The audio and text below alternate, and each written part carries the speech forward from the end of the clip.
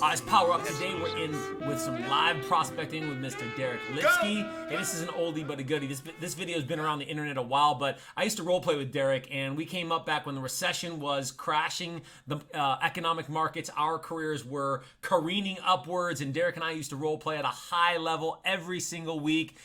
This guy's one of the best out there, and so I want to do this with other people on the internet too. Is kind of pick apart what's going on with the strategies and the tactics that they're using to be able to set more appointments. Deric's one of the best out there.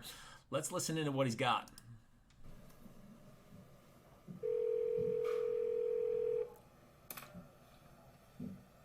Hello? Hello, good morning. I'm looking for Patrick. Okay, bam, right there. Mirror and matched exactly. We used to talk about this on using the exact words they use when they pick up the phone, and then Deric matched it perfectly with the exact tonality. Oh, yeah, so who's this? Patrick, this is Deric Lipski with Keller Williams Real Estate. I was just giving you a call this morning. I noticed that your home had popped off the market as an expired listing last night, and I was calling to see if you had sold the home or was still for sale. No. Geez Louise, I mean, did my number come up on a list or something? Yeah, actually, I'm not allowed to call you before your home comes off the market, so I saw it pop off, and I just wasn't sure if you had sold the home or it was something that was still for sale or what was going on with it. Okay, another real quick. I noticed right at the beginning his the speed, the pace of how he was talking, a little bit upbeat, and then I think he realized the tone and the pace of the prospect he's calling was lower. It was slower, and so he lowered and slowered. I think when he realized that he was probably starting a little bit too quickly. If Deric were here, I bet you anything he recognized that and he realized he needed to slow down a little bit, and so he's doing that now, a little slower and lower pace. No, I don't know. Can you call me back a little bit later this afternoon? Oh, yeah, certainly. I can give you a call back. Did you still want to sell the home, Patrick? Okay, bam, first blow off. Call me later. Approves it well, but then asks a super simple question: do you still want to sell the property? Great approval, though. Yeah, I don't know. We've been on the market for quite some time. I don't know what we're going to do now. Well, let me ask you this because I know the neighborhood you're in. I saw the property was on for 6 months, so I understand why you're thinking about taking a break. I mean, that makes sense to me. Okay, couple more great approvals. I know the neighborhood that you're in. Hey, I understand that you want to take a break. That makes sense to me. When you're in complete alignment with approvals, there's nowhere that they can go. There's no conflict. There's no argument. There's no disagreement. And it's just approval after approval. Great tonality. He feels comfortable. You can hear the confidence in his voice. In the time you were on the market, have you received any offers? No. Ouch. Okay. Ouch. If the home sold for you, where were you planning to move next? Well, I'm moving back to San Diego. Oh, San Diego. That's exciting. What takes you to San Diego? Okay, he was down, and then when the guy said when he said where are you going to, and the guy said San Diego, he brought that back up intentionally. See, Deric even smiled a little bit on that because he was pacing with matching on the tonality, and now he's trying to lead into bringing the energy and the quality of the conversation up a little bit with leading with that energy. Let's see where he goes. Job transfer me out here, and now I've got to move back to San Diego. Okay, so back to San Diego because of a job transfer. Gotcha. And what's the time frame to get back to San Diego? Well, I was supposed to be back there 30 days ago, but they went ahead and gave me a 60-day extension. Okay, so you got 60 days to get back to San Diego.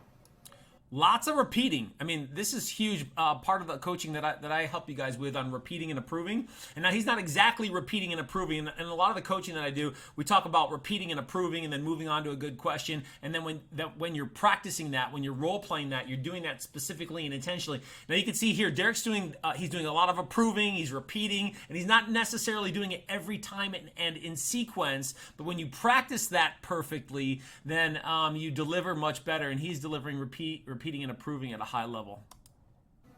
Yeah. Okay. Well, I guess I'm just curious. I've seen the price of the home, how long it's been on the market, and all the rest of it. How did you pick the last agent you listed with? It was a buddy of mine. Okay. It was a friend of yours that you met out here. How do you think another real estate agent. Yeah. All right. Okay. You know, my wife she's just gonna just keep it off the market. I think she doesn't want to deal with keeping the home clean again. We're just probably gonna rent it out. Okay, I love it. Here comes the next objection. If I had to guess the personality type, this guy might be an amiable, possibly. But look, Deric's asking great questions. He's asking them well. And so that's allowed the conversation thus far to continue. But then the reality of this guy realizing that he doesn't really want to be in the conversation sets in. And here comes the next objection. Yeah, I mean, renting out is certainly an option in terms of helping you make the move back to San Diego. There's the approval. Is that something you wanted to do, Patrick, or would you rather just sell it and wash your hands of it here and move down that way? I love that. I call that the snake charmer. And so the snake charmer is a double prong question. And the reason I call it snake charmer is because it looks like snake's fangs there when I do that. It makes no sense at all. Okay, just go with it. But a snake charmer is a double prong question where you ask a question that has two possible options, with the latter option on the question being the option that you'd like to lead them to. So I didn't catch that, what he said on the former, but on the latter he says, did you just want to move to San Diego and move on and be happy with your life? So a dual prong question with two different options with the question, and the latter option being the option you want to move them towards. He did that well. No, we don't want to rent it out, but that's There our it only is. option. I mean, the economy is awful, and we've been on the market for 6 months, so we haven't had any offers. So Right. No, give the home away. A property on the market for 6 months in San Diego. You know this is the recession. no, I don't expect you to do that either, and I don't think anyone else does either. You got to sell it for what the market will bear, but at the same time, not let price stop you from selling either, correct? Yeah. Another great approval. That was fantastic. Well, Patrick, let me ask you, I mean, if you decided to come back on the market, would you go back on with your last agent who didn't get the job done? Or would you be looking for a second opinion of someone who can give you a different approach and, more importantly, different results? Okay, that's important because he didn't kick the realtor in the butt and kind of undercut the realtor. He said he kind of mentioned it. He matter-of-the-factly mentioned that in passing, where, hey, do you want to go with the same realtor who didn't get the job done, or would you be looking for a second opinion? That was another snake charmer, another question with two options, and the latter option being on the end where Deric wants to lead him. Two-prong question. That's called snake charmer, and he's leading them perfectly right now. No, I'll go with him again if, in fact, we do put the home on the market.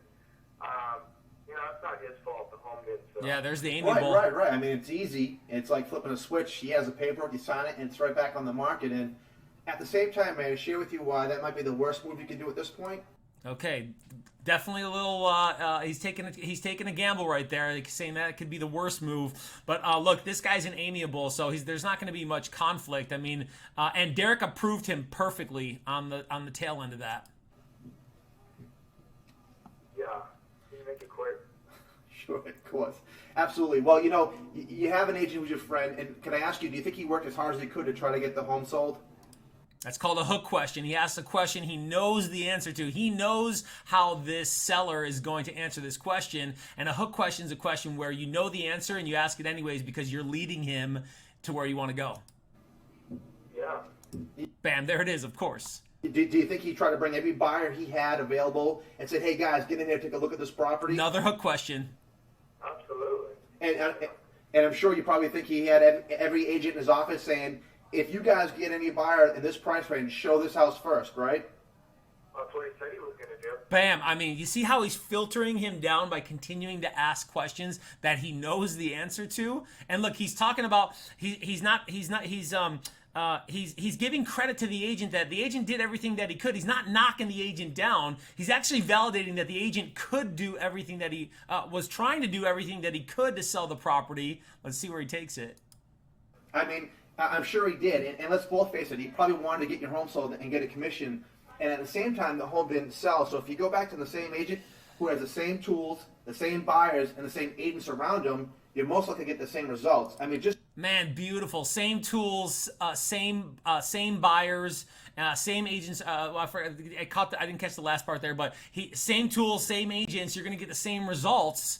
He knew exactly where he was going with that. He was building it up and then breaking them down, but he was doing it in a positive fashion, and so that he could logically kind of pick this thing apart. That was gorgeous.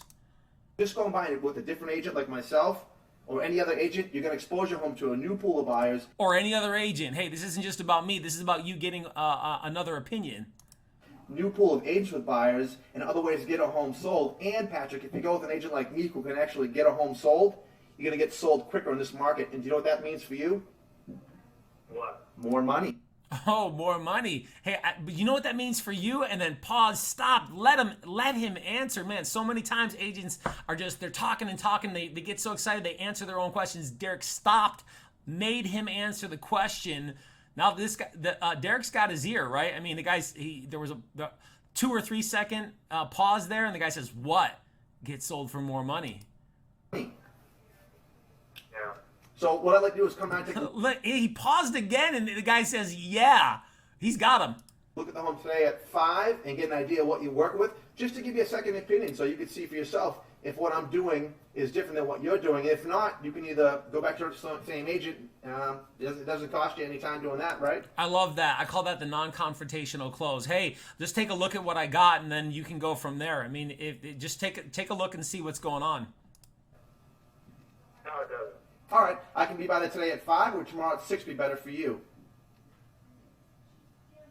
Why don't you come by tomorrow at 6 and talk? Bam, there he's got it. Man, awesome. This guy, Deric and I had such great role play sessions, and I was so grateful to be part of somebody who was taking their business so seriously. And hey, and think about who's your next two on for you to be able to engage with role play at a high level, because when you're both committed to the process and you're constructively giving great feedback to each other, you're only going, iron sharpens iron, right? You're only going to get more and more and more confident for you to be able to create, because you can't wait for good conversations. You got to create great conversations. And look, hey, I know finding great role play partners is not an easy thing. Keeping great role play partners is not an easy thing. It's like prospecting for buyers and sellers sometimes. But hey, stay committed to the process, because when you do, what you get is what Deric and I got, which is a skill set that no one can mess with. And you're going to go out there and you're going to create awesome opportunities to be able to help people who need it the most. Stay committed. See you soon.